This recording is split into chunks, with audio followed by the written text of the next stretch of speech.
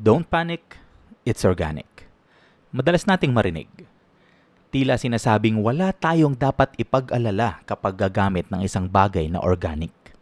Karaniwan itong sinasabi patungkol sa natural drug use. Pero alam natin na hindi lahat ng organic o natural ay mabuti. Gaya ng talampunay, kilala sa wikang Ingles bilang datura o devil's trumpet.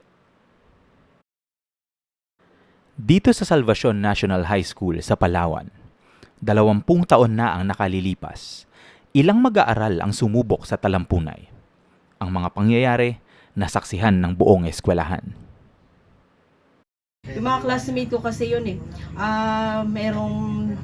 may gutom, may gustong maligo kasi sobrang mainit sa katawan. Tapos may nagatahi na sa hangin talaga, doon ko talaga nakita na mga classmate ko nagatahi na sa hangin, tapos hindi na nila alam kung ano talaga yung ginagawa nila. Umakit sa bubong na kahit 10 oras na ng gabi at yung tulad ng nagpapakulo ng tubig na wala naman silang pinapakulo, kumbaga nag-hallucinate na sila. Iba eh. Pag naglalakad ako, parang yung step ko tumitriple eh. Parang ganun yung tama eh. Tapos iba rin yung pakiramdam ng kasama ko. Parang bigla rin may tumatalon-talon sa harap nila ng mga pusa, ganyan. Siyempre natakot ako, baka kung ano mangyari sa mga klase ko kasi hindi na namin alam kung ano na yung pinagagawa nila sa mga sarili nila. Scouting Week ng taong 2004 nangyari ang lahat. Bahagi ng Scouting Week ang school encampment. Isa sa mga activity na maaring gawin ng isang paaralan para ma-revitalize ang scouting. Ang scouting is one of the many support programs initiated and mandated by the Department of Education, kung saan ang mga estudyante ay tinuturuan ng basic life skills, survival skills, tinuturuan silang magluto, tinuturuan silang gumawa ng mga tents kung saan kahit na magkaroon ng mga emergencies ay makakasurvive sila. Isa rin sa mga layunin ng scouting ay mailayo ang kabataan sa droga. Yun nga lang, sa scouting event mismo may nag-eksperimento sa droga. Habang lumalagablab ang campfire sa huling gabi ng scouting, natuklasan ng staff ng eskwelahan na may mga batang kakaiba na ang kinikilos. Dapat lahat ng bata nandun, nakapaikot sa campfire. So expected talaga lahat ng bata nandun. Walang matitira sa mga tents, walang kung saan saang mga bata. Dapat nandun sila sa activity. Sabi nung isang kaklase namin, ma'am, kasi po kagabi may naiwan sa namin sa mga kasamahan na hindi nagsama sa torch parade. Naglaga raw sila nung yung dahon ng talampunay. Yun na, tapos nagkwento sa mga faculty. Merong mga staff na umiikot sa mga tents to ensure na lahat talaga ng bata nandun sa activity. Tapos habang iniikot nila yung mga tents, meron silang nakitang isang bata doon sa loob ng tent na akala nila nag-a-acting-actingan lang, na parang baliw-baliw, ganun. Tapos kung ano-anong ginagawa, which is not normal na. Kaya nagtaka sila. Tapos nung ma-determine talaga nila na hindi sila binibiro ng bata, dinala na nila yung bata doon sa mga teachers. Merong nagbibilang ng star. Langit, nakatingala siya ngayon. Nagbibilang. Sa labas siya ng namin. Ng booth namin nun. Tapos yung isa sa campfire. Parang may hinahabol ata siya na ibon.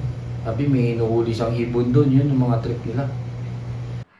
Noong mga oras na yon, walang may alam kung ano na ang nangyayari.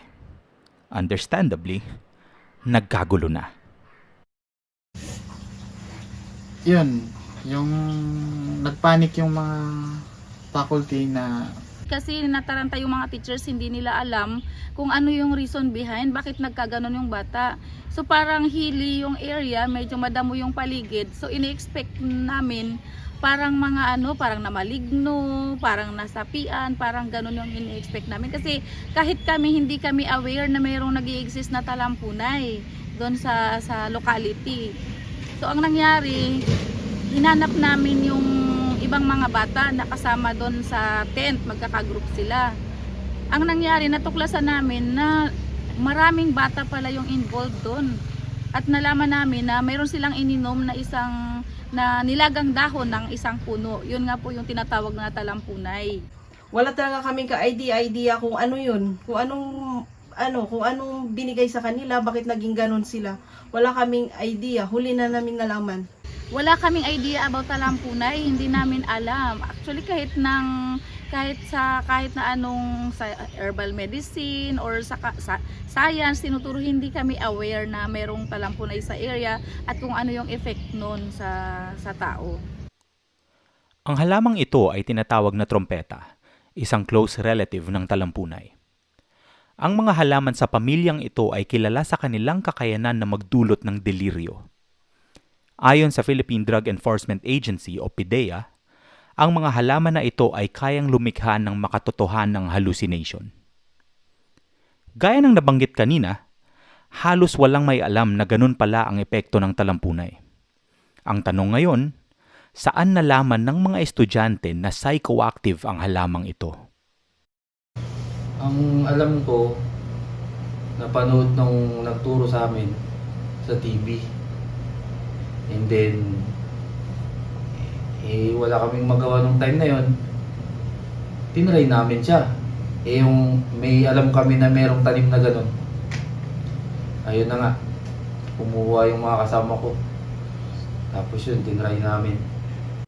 Madalas itong gamiting ornamental plant dahil sa ganda ng mga bulaklak nito. May tanim daw doon. Sabi yung ganitong bulaklak daw, yung ibig. Kinuha nila.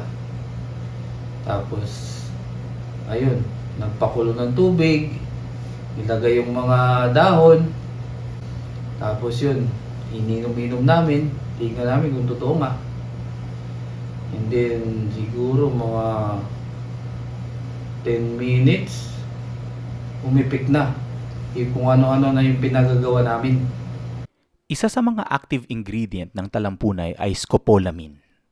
Sa tamang dose, ito ay gamot. Ginagamit ito bilang pain medication at ginagamit din laban sa motion sickness. Ngunit kapag nasobrahan, Nasobrahan nga sila, kinabahan ako masyado. Kasi, hindi ko na alam kung anong pinagagawa nila. Gising ako noon eh. Ang dami nilang trip, kung ano-ano talaga. Hindi ko na sila mapigilan. Kaya nagkagulo na. Umamin yung mga bata na sila nakitikim lang ng konti tapos hindi na sila uminom ulit, bumalik na sila doon sa campfire. Yung naiwan na bata na matindi yung tama, siya pala yung talagang ininom niya lahat ng natira doon sa kasirola. Hanggang sa latak ng talampunay ininom niya, kaya matindi ang naging tama sa kanya. ilan pa sa mga epekto ng toxicity ay dry mouth, mataas na heart rate, pagtaas ng body temperature, at pagiging sensitibo sa ilaw. Kapag malala ang talampunay poisoning, mainam na sila'y dalhin sa pagamutan kung saan sila ay maaring bigyan ng pampakalma, oxygenation at hydration. Ang ginawa ng teaching staff doon sa mga batang nakatalampunay, inassess isa-isa kung ano yung effect sa kanila or depende kung gaano yung tama doon sa bawat bata. Kung saan nakita talaga na yung tatlo talaga yung pinakamatindi yung tama. Tapos po yung tatlong nakainom kasi hindi na normal yung nangyari sa kanila at sabi nga ng RHU ay madidehydrate sila. So kailangan po ng immediate care ng isang espesyalista o ng isang doktor. Kaya po dinala sila sa ospital. Kasi considering wala naman po talaga kaming ospital dito sa munisipyo, kaya po dinala sila sa kabilang munisipyo dahil doon po may ospital. Lubhang mapanganib ang talampunay kaya nakakabahala ang report mula sa PDEA na dumarami ang mga taong sumusubok dito. Madalas din itong mabanggit sa mga online forum bilang isa sa mga substances na talagang nakakatakot. Mula doon sa pangyayaring yon, ang natutunan talaga namin is maging mas maalaga doon sa mga bata na dapat ang pagbabantay sa kanila ay talagang dapat nakaman-to-man and more or less kailangan talaga yung mga bata ma-educate doon sa safety nila na hindi sila basta-basta umiinom ng mga bagay-bagay lalo na kung yun ay sabi-sabi lang ng barkada o udyok ng barkada. Sinubukan naming maghanap ng talampunay sa Salvacion at sa mga kalapit na barangay ngunit wala kaming nakita. Ang sabi sa amin ay pinutol na ang lahat ng talampunay sa area matapos ang insidente noong 2004. Yung pinakatumatak sa isip ko, yung talagang wala sila sa sarili nila. Ano na sila? Parang nababaliw na sila. Yan, talagang wala sila sa sarili nila. Ano ang masasabi mo sa mga taong nagbabalak sumubok ng talampunay? Wag na nilang subukan kasi nakita ko yung epekto nun kung kapag nasobrahan talaga. Huwag na nilang subukan kasi iba talaga yung epekto nun. Ano talaga siya, mapanganib talaga yung talampunay na yun.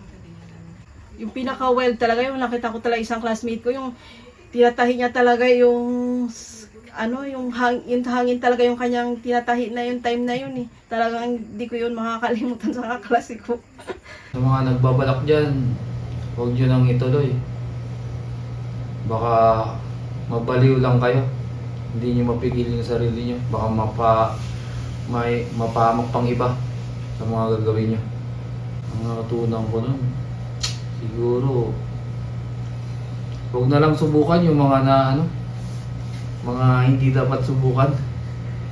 Talagang nakakabaliw, sa pangit talaga ang dating. Napakaraming gumamit ng talampunay ang nagsasabing masama ang epekto nito, mentally at physically. At ito ay isa sa mga bagay na hinding-hindi na nila uulitin. Kaya tandaan, kung hindi mo alam ang ginagawa mo, lubhang mapanganib ang talampunay. Nagdudulot ng panik kahit ito ay organic.